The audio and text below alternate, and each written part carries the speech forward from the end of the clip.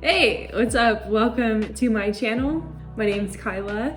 I talk about the stock market and the economy, amongst other things. And today we're going to be talking about the Froth Index.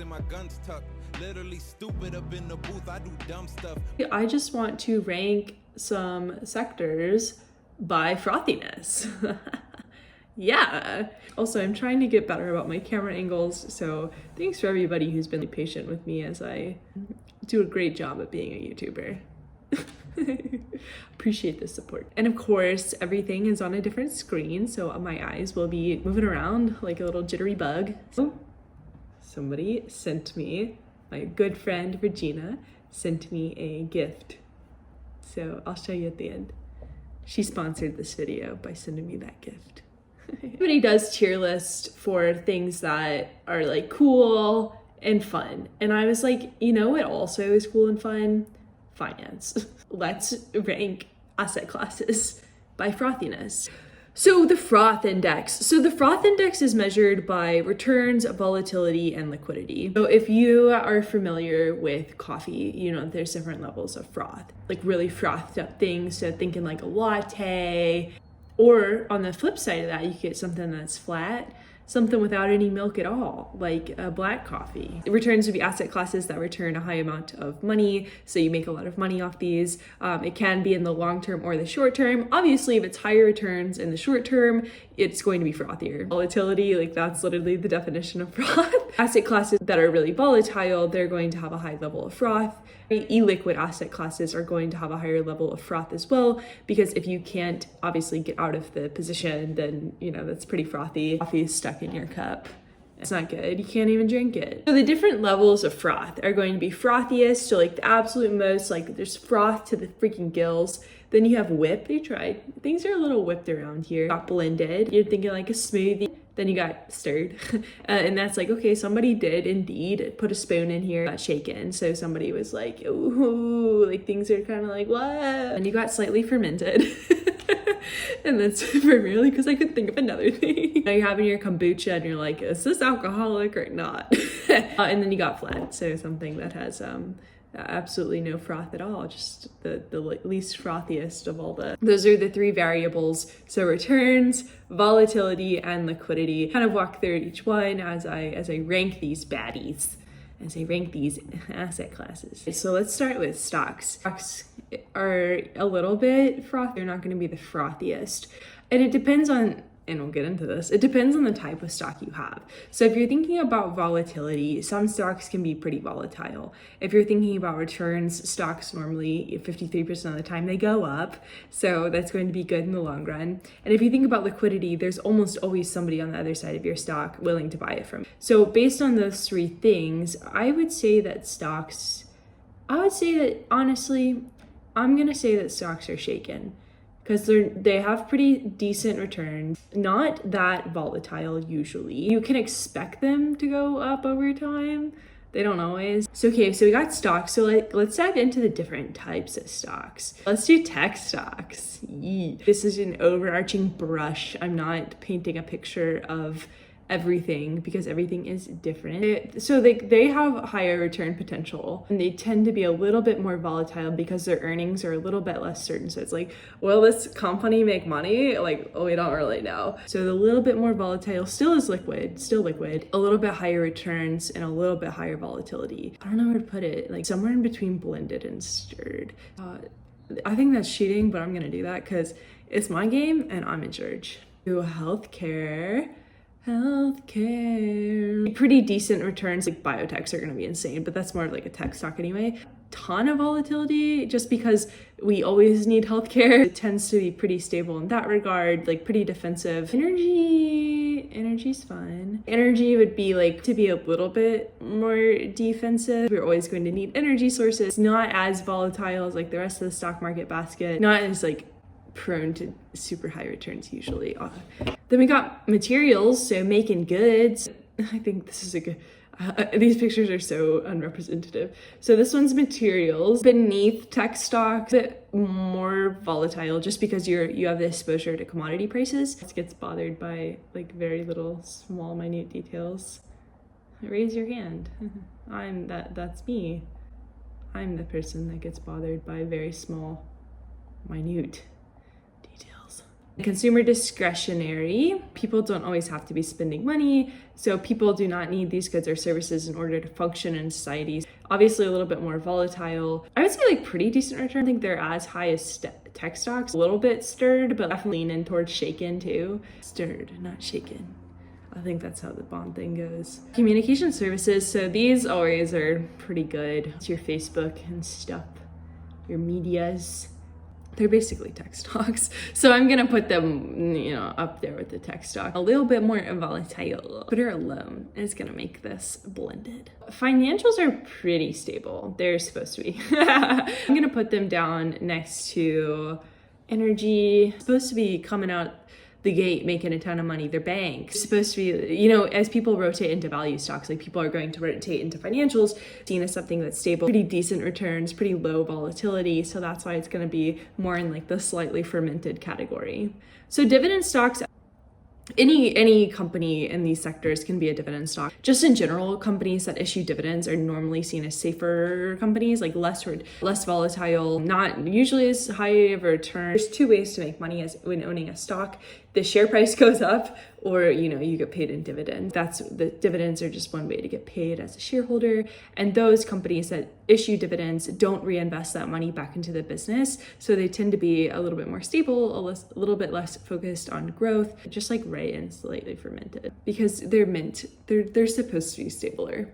They're supposed to be the most stable, but that's not always true. Just depends, because people will cut the dividend too, and then it's like, oh, okay, you all lied, like AT&T. The meme stonks. All right.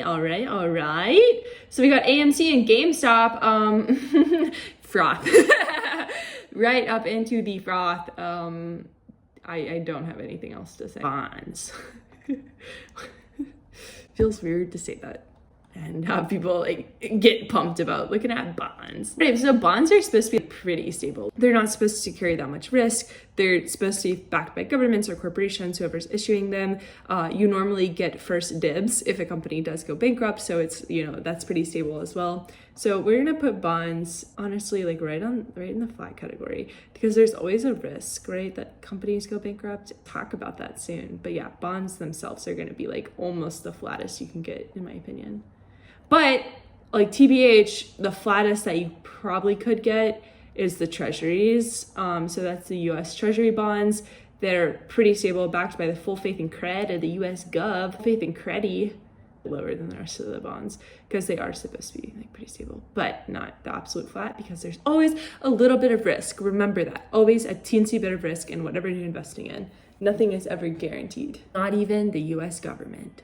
Then we got high yield bonds. So this depends on which high yield you're talking about. Like if you're talking about triple C's, that's going to be super, super froth. Investment grade, those are a little bit more stable. So they're ranked on a credit rating basis from S&P and Moody's. So you can, like, lowest risk would be AAA, and then in default would be like C or D. The high yield bond market in general, like risk of default's really low. So it's like 2% of companies expected to default, and like no companies have defaulted in the last couple months.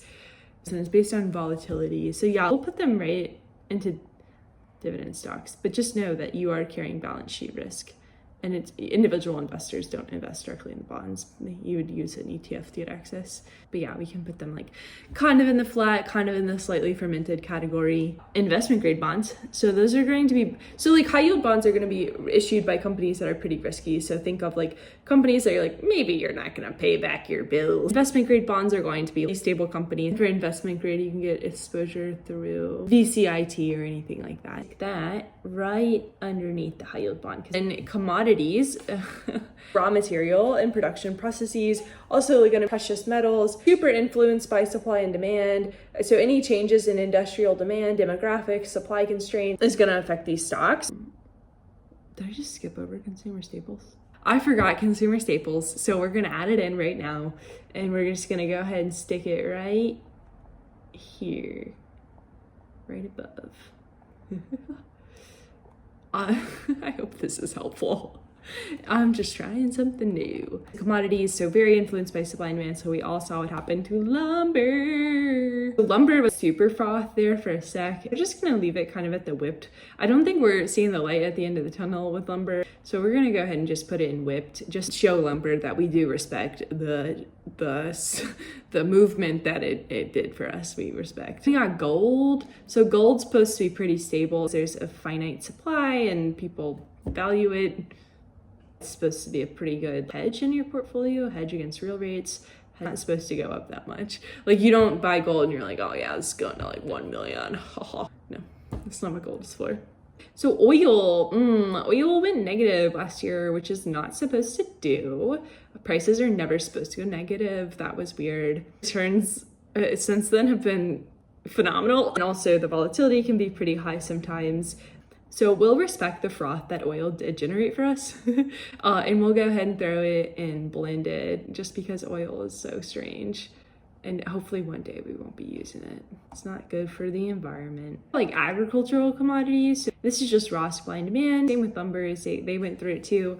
So we'll go ahead and put them just next to gold. Not supposed to fluctuate that much, but sometimes they do, like corn. So we'll go ahead and put it there. Crypto, crypto's frothy. Crypto's like super froth for sure, but I would say like not all crypto is super froth. So we'll just go ahead and put it in between blended and whipped. I think that'd be a good spot for it. So just kind of right there, like we recognize that crypto is still figuring it out. Decent returns, a ton of volatility, sometimes not a lot of liquidity. Bitcoin, so Bitcoin's been around for a minute, so that I do recognize that. It's been pretty volatile lately though. I would say it's like, because it's like market leader, I'm gonna place it a little bit above the rest of the cryptos just because it does lead the way. I do think it is a little bit more stable, but I think Bitcoin, because it's like the bellwether for the rest of the crypto market, it kind of takes the brunt of all of that volatility, and so thus it can be a little bit more frothier. So it's a store of value primarily. So return wise, it makes sense for it to be up there. It's meant to have higher returns. And then we got Ethereum. I like Ethereum. I'm really excited about their smart contract potential. So I think it's like kind of the same as Bitcoin. Obviously it's been pretty volatile this past week. Everything has been. So I'll just go ahead and sit it right next to Bitcoin. I'm a little bit I think it's a little bit more frothier. Returns are pretty good. Volatility is super high. I would say probably higher than Bitcoin, or at least has been for the last week. Very excited about the potential there. And then you got Doge. I hate Doge. I don't like Doge at all. Makes me angry. Froth. I don't like it. It's because I don't like the semantics behind it. I don't like that it's meant to be like this people's coin, but then you got a billionaire pumping it. Like, that doesn't sit right with me. And then you got cash. Let's talk about inflation, right? Froth. The frothiest. Just kidding. Yeah, with inflation hitting 5%, like gosh, is gonna be so frothy. I don't think inflation will hit that high. Right around with Treasury Bonds, right? Like, that's meant to mimic basically. So we're gonna just put that there. You don't earn hardly any money on your cash anymore. Very low returns, pretty low volatility as long as inflation doesn't spike out. So we'll sit that there. And then we got REITs. So very quickly, we got REITs. So REIT would be real estate investment trust. So just exposure to real estate. You can get exposure to data center REITs. You can get exposure to a ton of different stuff. So just cool ways to get exposure to apartments, houses, etc. It's all packaged up with a bow. They move with real estate. So we'll go ahead and just put it right here, right there. So pretty stable usually. And then we got venture capital as the last one. So I'd say this is pretty frothy. I don't know a ton about it though. I'm starting to learn more. So if you know a lot about VC or angel investing, I'd like to talk to you. So I'm gonna go ahead and just stick it right here. So stirred, like blended or whipped. Like, I don't think it's the frothiest thing it depends. We'll say between blended and whipped because it's not like the frothiest thing that you can do. But like, if your company ends up failing, which like a lot of startups do fail, didn't get any returns out of that. You got negative returns. So yeah, this was the Froth Index. Hopefully this video was at least semi-interesting, something a little bit more fun, just trying to, chill and have fun. So this is that. And also, so the reason I kind of did this as well is I'm going to do a primers on each of the things I talked about. Seeing my TikToks sort of in that skit style, so making it a little bit less dry and a little bit more accessible and tangible, hopefully. So that's the goal with that. Like this video, go ahead give it a thumbs up. And if you also, want, you could subscribe. I appreciate it a lot, and thank you so much for your time. And I will see you all on Monday with the weekly market update and the weekly market look ahead. Have a good weekend, and I'll see you soon. Bye.